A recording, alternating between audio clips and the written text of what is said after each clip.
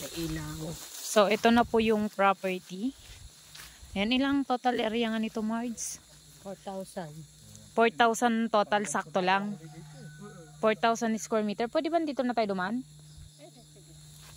Biwakan mo nga to. Ito na next one. Hindi na kabila.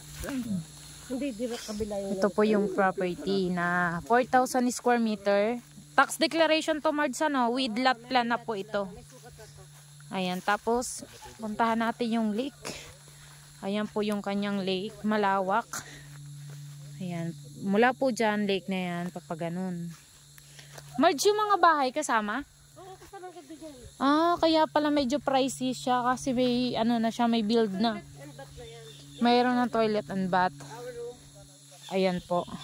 Kung makikita nyo naman, pasok na pasok po ang sasakyan dito sa property. Pagka maulan, hindi lang po pasok dito yung mga views, yung mga mabababa. Kasi madulas, hindi pa po sementado. Ito ang lake. Yan. Location po nito ay Cabinti, Laguna. Napakaganda. Malawak yung lake niya. Ang lake po niya ay papaganon, paikot. Ayan. Sobrang ganda po dito. Napakatahimik ng lugar. Tapos yung mga kalapit niya po ay mga resort ang kalapit. Meron po dong isang resort na operational na, ginagamit na yan. Sa unahan pa po nito yun. Ayan.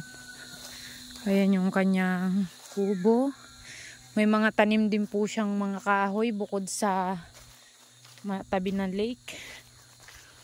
Ang lawak po ng lake niya.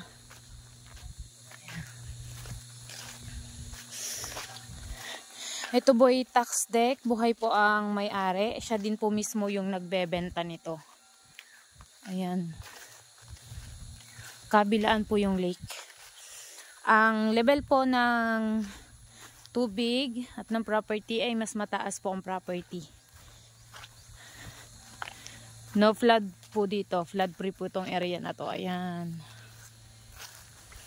Ikot ko po kayo dito. Ayan, sobrang ganda po. Tapos yung kabila po na yan, ayan, resort din po yan. Ayan, ang lawak po ng lake dito. Papaganon pa po yan, papunta doon. Tapos itong kabila ay lake yan. Na meron mga punong mahogany.